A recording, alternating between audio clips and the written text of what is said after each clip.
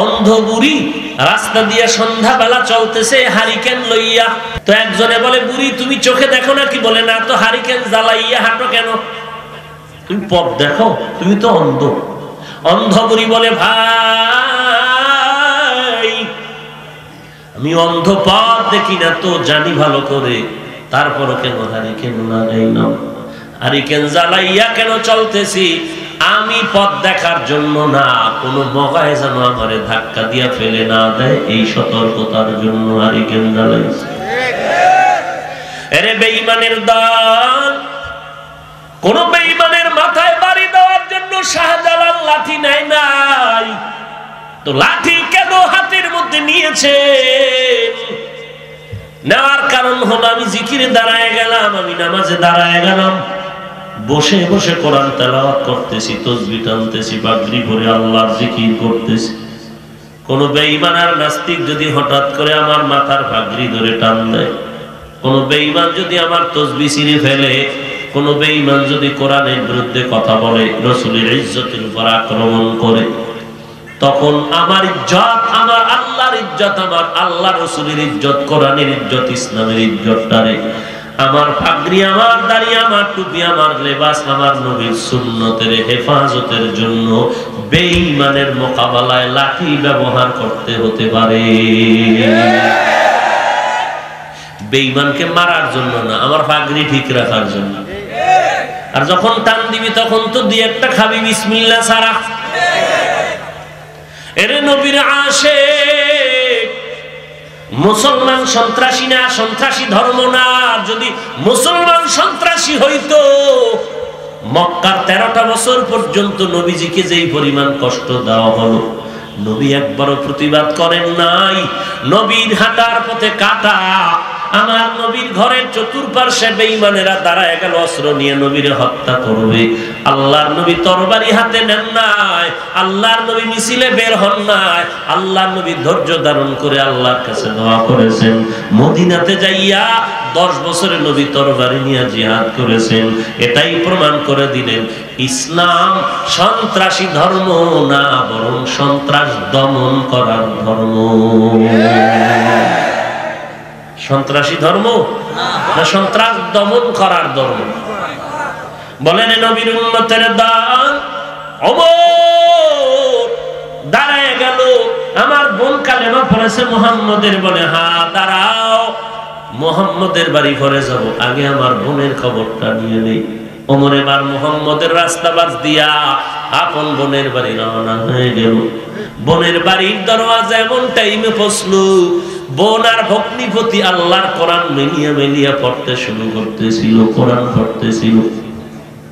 আল্লাহর কোরআনের এমন মধুর তেলাওয়াত, কেমন যেন শুধু তেলাওয়াত শুনলেও উম্মতের চোখে পানি ধরে রাখা যায় না। ওমর গিয়া দবাইয়া ভগ্নিপতি আত্মগোপনে চলে গেল। বোন কোরআন বন্ধ করে দরজা খুলল। ওমর ঘরের মধ্যে ঢুকিয়া ডাক দিয়ে কয়, বোন তুই নাকি মুহাম্মদের কালেমা পড়েছো? আরে পর্দার আড়ালের মা, দেখো ওমরের বোনের ঈমানের পাকাপোক্ত কেমন পরিচয়। এরে আম্মা জান, আম্মা জানের ঈমানটা যদি মজবুত হইতো, তাহলে ফুল ফ্যামিলিটা দিনদার হয়ে যাইতো, কারণ সন্তানগুলো লাইনে আসতো। আম্মা জান যদি নামাজি হইতো, পর্দাওয়ালা হইতো, কোরআন পড়নেওয়ালা হইতো, স্বামী যতই খারাপ হোক না কেন, আম্মা জানের দ্বারা সম্ভব ছিল স্বামীকে লাইনে নেওয়া। কিন্তু ভাইজান, একটা দিনদার স্ত্রী ঘরে আনতে পারলা না, কারণ তুমি বিয়ার আগেই কন্ট্যাক্ট করেছো তোমারে বিদেশ পাঠাবার টিকিট দিতে হবে।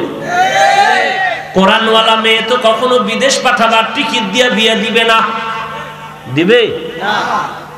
এর নবীর উম্মতের দল, নারীর ইজ্জত কি পরিমাণ ইসলাম দিয়েছে, যে একটা নারীর টাকা দিয়ে আনবি, কিন্তু তুই টাকা নিতে পারবি না, নারীর সম্মান নষ্ট করতে পারবি না, বরং তুই নারীর গহনা গাটি, টাকা পয়সা পোশাক আদি দিয়া নারীর সাজাইয়া তুই নিয়ে আসবি।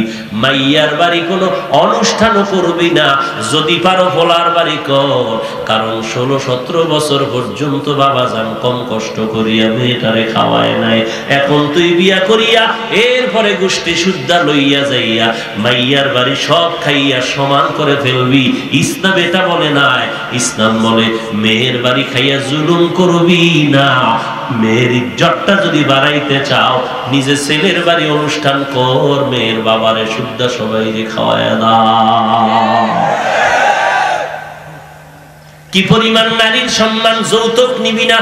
তোর শ্বশুর যদি সব দুনিয়া আসমান দিয়ে দেয়, সব বরকত বরকত বরকত, আর তুই যদি চাইয়া 2টা টাকা নাও, তোর গজব। কেমন আল্লাহর কুদরত, কেমন আল্লাহর সিস্টেম! শ্বশুর বাড়ির থেকে তোরে সব দিবে বরকত, তুই 1টা টাকা চেয়ে নিবি গজব। শান্তি নাই। সরকার বেতন যা দেয় বরকত, টেবিলের নিচ দিয়া বাম হাতে যা নিবি গজব। যখন মিলাইয়া দিবি, মরার আগেই তোর মরণ মুখ দেখে ফেলবি। ভাত সামনে আছে, তরকারি সামনে আছে। এক সময় 5000 টাকা বেতন পাইছে, 2000 টাকা বেতনে কর্মচারী কাজ করছে। মনে চাইছে একটা ইলিশ মাছ দিয়া ভাত খাইবে, কেনার টাকা ছিল না। রুই মাছ কেনার টাকা নাই। বুড়া এখন চাকরি করিয়া বিল্ডিং বানাইছে, টাকার অভাব নাই।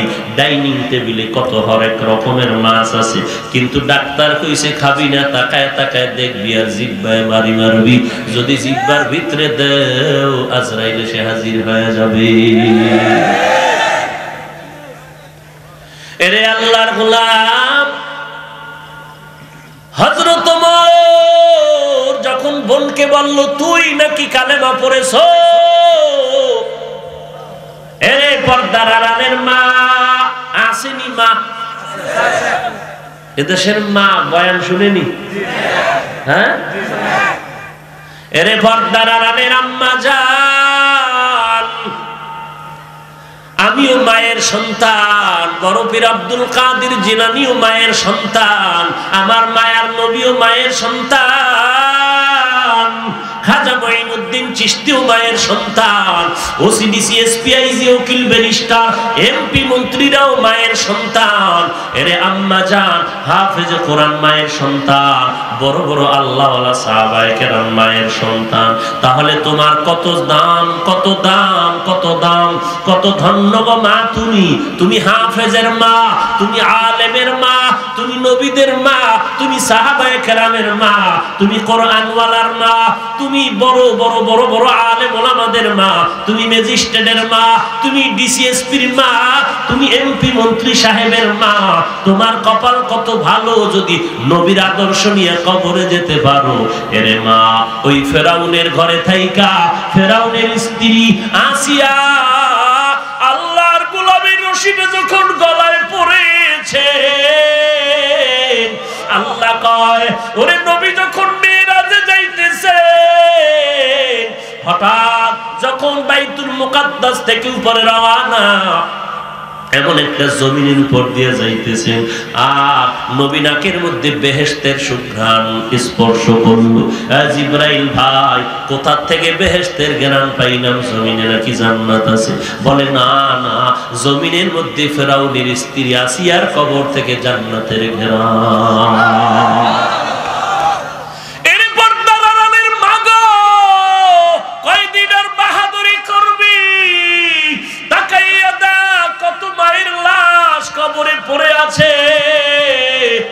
কিসের দুনিয়ার পাগল হয়েছ রে মা? আমার মা, আমার চাচি, তাকায় দেখলাম এই জমিনে যত ভালো সন্তান সব পর্দাওয়ালা নারীর সন্তান, আর যত গাঞ্জাখোর দেখলাম সব হলো বেপর্দাওয়ালা নারীর সন্তান। ডিসির মা, এসপির মা, এমপির মা নাই এই এলাকায়, এই জমিনে তাহাজ্জুদ বাদ দেয় আছে না? নাই আছে। এরে আম্মা জান, তাকায় দেখেন ওমরের বোনের কি ইমানের পাওয়ার। বোন ডাক দিয়ে কয় ভাই, ওমরের হাতে তরবারি দেখে বোনের কোনো ভয় নাই, কারণ ইমানের মজা যার অন্তরে একবার ঢুকেছে ওই বান্দা দুনিয়াটাকে কিচ্ছু মনে করে না, কারণ দুনিয়া কিছুই না। আমার চোখ বন্ধ হয়ে গেলে আমার জন্য বেহেশতের ফেরেশতা স্বাগতম দেওয়ার জন্য অপেক্ষমান হয়ে আছে। এরে নবীর উম্মতের দল, ওমরের বোন ডাক দিয়ে কয়, আলহামদুলিল্লাহ, আমি মুহাম্মাদের হাতে কালেমা পড়ে মুসলমান হয়েছি। কি বলবেন? নাউজুবিল্লাহ। আরো আস্তে করে বলেন সুবহানাল্লাহ। ওমর কয়, কালেমা ফিরাইয়া দে। বোন ডাক দিয়ে কয়, ভাই এমার্জেন্সি রোগী, এমার্জেন্সি ঔষধ সেবন করেছে, শিরা উপশিরায় গিয়া মিশে আছে, ঔষধ ফেরত চাইলে দেওয়া যাবে না। আমি ফাতেমা জাহান্নামের আসামি, মুহাম্মদের হাতে কালেমার মেডিসিনটা পান করেছি, আমার শিরা উপশিরায় কালেমার মোহাব্বত, আমার হাত কাটো, পা কাটো, কল্লা কেটে নাও, কালেমা ফেরত দেওয়া যাবে না। ওমরের তো মেজাজ গরম, ওদিকে মদিনার নবী তো কান্না করে, আল্লাহ তুমি ওমরের কালেমার জন্য কবুল করে নাও।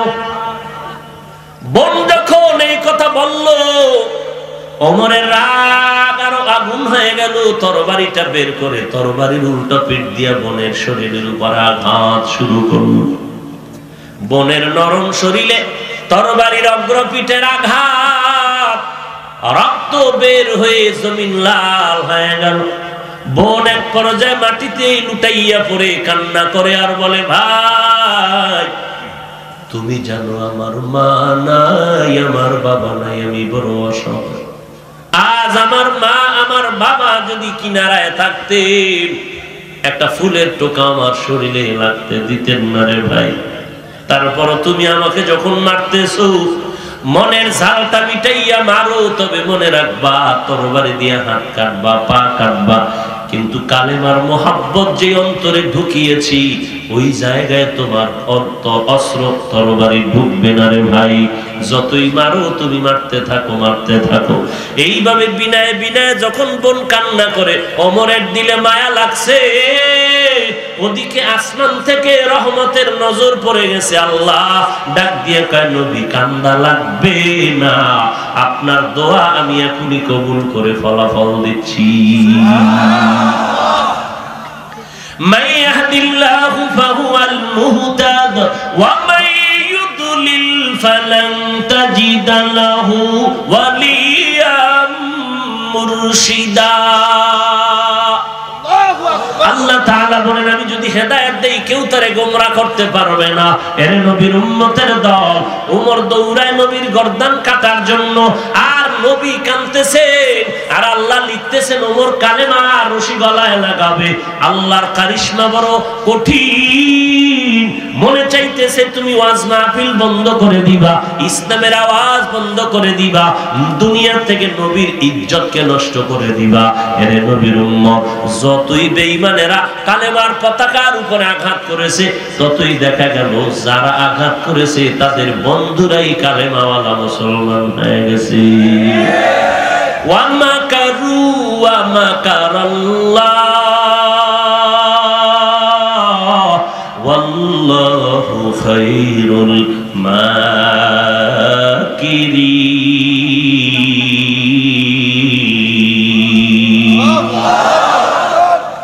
এরে বান্দা, দুনিয়ার কোন চালাকের চালাকি আল্লাহর দরবারে কাজে লাগবে কি? না না, নমরুদ আল্লাহকেই রাখবে না, মারার জন্য তীর নিয়ে রেডি হয়ে গেল, আল্লাহরই মেরে ফেলবে। কি পাওয়া? কেডা? নমরুদদের রেডি হয়ে গেল, আল্লাহরই রাখবে না। সেই নমরুদের ধ্বংস করতে আল্লাহর কি পরিমাণ বাহিনী লেগেছে। কি লাগছে? একটা অসুস্থ মশা মাথার ভেতরে ঢুকিয়া জায়গা মতো বইসা গেল, ফাঁকে ফাঁকে একটা মিসকল মারে মাথার চান্দি গরু। ডাক্তার ঔষধ দাও, কয় ভালো হয় না। কবিরাজ তেল ভরা দাও, ভালো হয় না। হালুয়া ফাটি হালুয়া দাও, তারপরও ভালো হয় না। ভাগ্যের চাকা ঘুরে গেল। হঠাৎ করে জুতা মোবারকের সাথে মোলাকাত, মাথার সাথে লাগা মাত্র চান্দি ঠান্ডা হয়ে গেল। নমরুদ কা ঔষধ পেয়ে গেলাম। পায়ের জুতার মধ্যে যে এত বরকত আছে আমি জানি না। মাথায় লাগা মাত্র চান্দি ঠান্ডা হয়ে গেল। এরে জুতা দিয়া বাড়ি মার, এটা সান কপাল্লা কপাল লাগবে, যেমন তেমন কপালে জুতার বাড়ি লাগলে হবে না। এমন সান কপাল নমরুদ দা, একটা জুতার বাড়ি মারলেই মাথা ঠান্ডা, একটু আরামে বসে থাকে। কিছুক্ষণ পর মশা আর একটা মিস কল দেয়, আবার জুতার বাড়ি। বলে এই জুতার বাড়ি কে দিবে? একজন ভালো মানুষ রেডি করো, বেতনওয়ালা, বেতনভুক্ত একজন কর্মচারী রেখে দাও। ওর কাজই হইলো ফাঁকে ফাঁকে আমার জুতার বাড়ি দিবে। জুতার বাড়ি যত জোরে মারবি বেতন তত বাড়ায় দিবে। যত জোরে বাড়ি দিবি বেতন বাড়ায় দিব। একদিন দুদিন পরের দিন কয় স্যার আমার কি ঘুম নাই, বাথরুম নাই, গোসল নাই, কত আর করা যায়? কয় তাহলে তুই কি করতে চাও? পারবি না? বলে হ্যাঁ পারবো, তবে আর একজন আমার সঙ্গে দিয়ে দেন। আমি বন্ধ করে থাকলে কি আপনার হবে? বলে না, কর্মচারী লাগলে আরো 4 জন রাখো, তারপরও জুতার বাড়ি বন্ধ করা যাবে না। একজন বন্ধ করলে আর একজন, একজন বন্ধ করলে আর একজন। এরে নবীর উম্মতের দল, এই ইতিহাস তো গোপন কিছু না। এরে নমরুদ আল্লাহকে মারার জন্য রেডি হয়ে গেল। সেই নমরুদের একটা ল্যাংড়া বসায় ধ্বংস করে দিল। এত টাকা, এত ক্ষমতা, আজ পর্যন্ত দুনিয়াতে নমরুদ নামের কোনো বেঈমান পাওয়া যাবে না। এমন একটা মানুষ জমিনে নাই যারা ফেরাউনের নাম স্মরণ করে, নমরুদের নাম স্মরণ করে। কেউ যদি বলেন ও বেঈমানেরা 1 লাখ করে মাসে টাকা দিব, তোর নামটা মিস্টার ফেরাউন আর নমরুদ রাখবি, বলবে তোর টাকার গুল্লি মারি নমরুদ ফেরাউন নাম আমি রাখবো না। এরা ঘৃণিত, টাকা পয়সার অভাব ছিল না, ক্ষমতার অভাব ছিল না, এরপর ফেরাউনের নাম, নমরুদের নাম কেউ শ্রদ্ধার সাথে স্মরণ করে না, ঘৃণা করে, ঘৃণা করে। অথচ আম্বিয়া কেরাম, সাহাবায়ে কেরাম, আউলিয়া কেরামের নাম নিয়ে মানুষ কত গর্ব করে। নিজের সন্তানের নাম খাজা মঈনুদ্দিনের নামে রাখছে, সাহাবায়ে কেরামের নামের উপরে সন্তানের নাম, মাদ্রাসার নাম, মসজিদের নাম। এত মোহাব্বত কেন? টাকার কারণে, ক্ষমতার কারণে? বলে না না, এদের টাকাও ছিল না, ক্ষমতাও ছিল না, কোন রকম জীবন কাটাইছেন। তো এত দাম কেন রইল? একমাত্র কারণ তারা নবীর সুন্নতের পাগলামি করেছে। গলায় চুরি আসতো, তারপর নামাজ ছাড়ে নাই, রোজা ছাড়ে নাই, নবীর সুন্নত ছাড়ে নাই। আর আজকে যুবকের যদি গলায় চুরি দেয়, আমার গলায় চুরি আসলেও নামাজ ছাড়বো না, আর যুবকের চুরি দিলেও নামাজ পড়বে না। পুরা উল্টা হয়ে গেছে। এরে নবীর আশিক, বোনের বিনয়ী কান্না ওমরের অন্তরে আঘাত করলো। বোন বিনয়ের কান্না যখন করেছে, ওমরের অন্তরটা নরম হয়ে গেল। ওমর এবার বোনের হাত ধরে বলে, বোন আর কাঁদবি না, আর আমি তোরে মারব না। তোর কণ্ঠে যে আওয়াজটা শুনছিলাম, কিসের আওয়াজ? বলে আল্লাহর কোরআনের আওয়াজ। বলে আওয়াজটা আমার একটু শুনাইতে পারবি নি? বলে তুমি ওযু করিয়া গোসল করে পবিত্রতা অর্জন করো। ওমর পবিত্রতা অর্জন করলো। এবার বোন অথবা নিজেই কোরআন শরীফ পড়লেন, বিসমিল্লাহির রহমানির রহিম, তাহা মা আনজালনা আলাইকাল কুরআনা লিতাশকা ইল্লা তাযকিরাতাল লিমান ইয়াখশা। আল্লাহর কোরআনের নূর যখন ওমরের সিনার মধ্যে গিয়া হিট করলো, আঘাত করলো, ওমরের চোখের পানিগুলো পড়া শুরু হয়ে গেল। কারণ কোরআন এমন একটা কিতাব, আমার নবীর মতো যেমন জমিনে কেউ নাই, আল্লাহর কোরআনের মতো কোনো কিতাব নাই যার দিকে তাকাইলেও সওয়াব লেখা হয়। যেই কোরআনের তেলাওয়াত শুনলেও কলিজা ঠান্ডা হয়ে যায়, চোখের পানি বের হয়ে যায়। কেমন একটা কোরআন আল্লাহ আমাদেরকে দান করেছেন। বড় দুঃখ রে মুমিন, আজ মুসলমানের জবানে কোরআনের আওয়াজ নাই।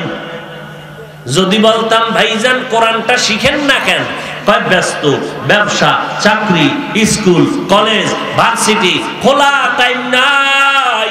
আল্লাহ বলবে ফেরেশতারা কেন শিখলো না? 8 মাস পর্যন্ত লকডাউনে ঘরে আটকায় রাখছি, কেন শিখলি না? 3 মাস পর যদি কোরআন পড়তি 1 ঘন্টা করে দৈনিক, 3 মাসে কোরআন চর্চা হয়ে যেত, কেন শিখলি না? অথচ কোরআন ছাড়া নামাজ হবে না।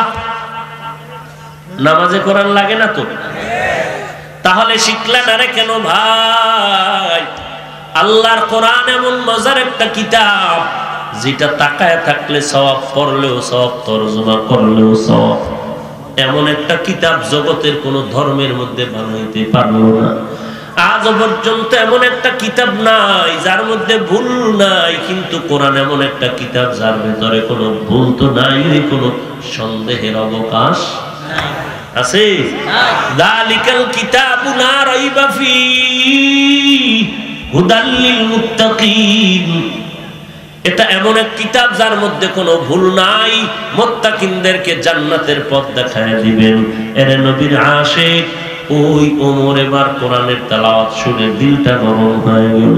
ডাক দিয়া কয়, ও বোন, এই কোরআনের আওয়াজ এত সুন্দর, যে তোদের মুসলমান বানাইয়া কোরআন শিখাইছেন সেই ব্যক্তি না জানি কত সুন্দর। সেই ব্যক্তিটাকে বলে ভাইজান, তিনি হলেন মুহাম্মদ, আমার মায়ের নবী, রাহমাতুল লিল আলামিন। বলে চল আমি একবার মুহাম্মদের চেহারাটা দেখতে যাব।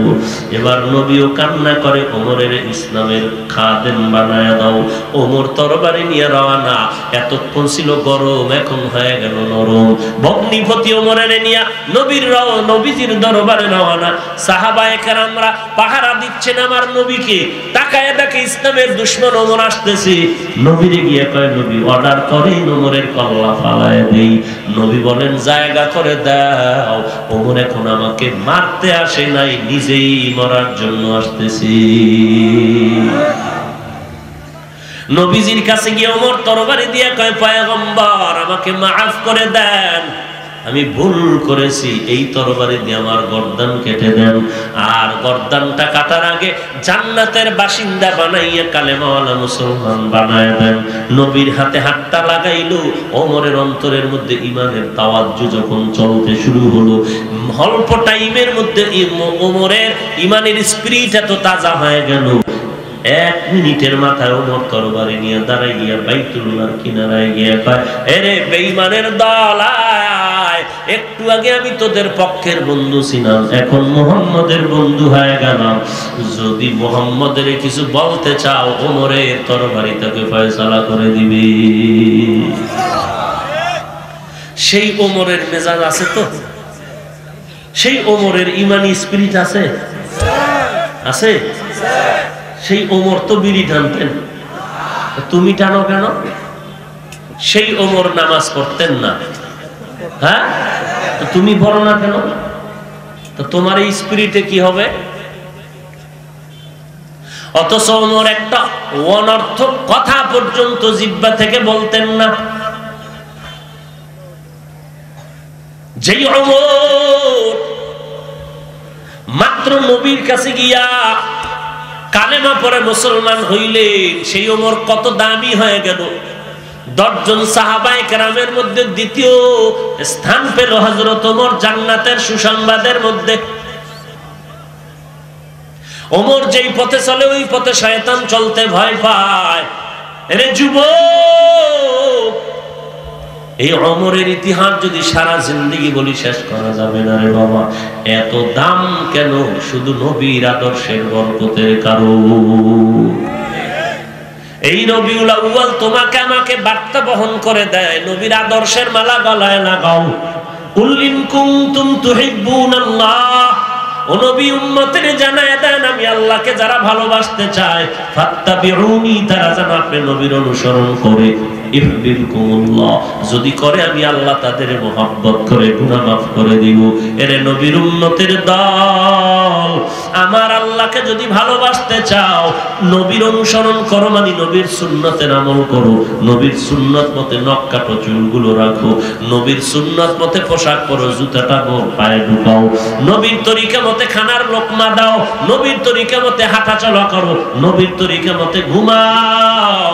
এই অবস্থায় যদি মরণ হয় তুমি জান্নাতের মেহমান হয়ে যাইবা। দুনিয়াতে আসছো আবার চলে যেতে হবে, কেউ থাকতে পারবো না রে বাবা। কবরে আমাকেও যেতে হবে, তোমাকেও যেতে হবে। এই দুনিয়াতে যতই বাহাদুরি করি না কেন, শিক্ষিত অশিক্ষিত, ধনী গরিব, মরার পরে কিন্তু কাফনে প্যাকেট হয়ে গেলে কোনো ভেদাভেদ থাকবে না। ওই কবরে যাওয়ার পরে কে ধনী কে গরিব কে পীর কে মুরিদ ভেদাভেদ থাকবে না। সবাইকে তিনটা করে প্রশ্ন করা হবে, সবার জন্য একই প্রশ্ন হবে, রবের পরিচয় দাও, ধর্মের পরিচয় দাও, রাহমাতুল লিল আলামিনের পরিচয় দাও। আপনাকেও এই প্রশ্ন, আমাকেও সেই একই প্রশ্ন করা হবে।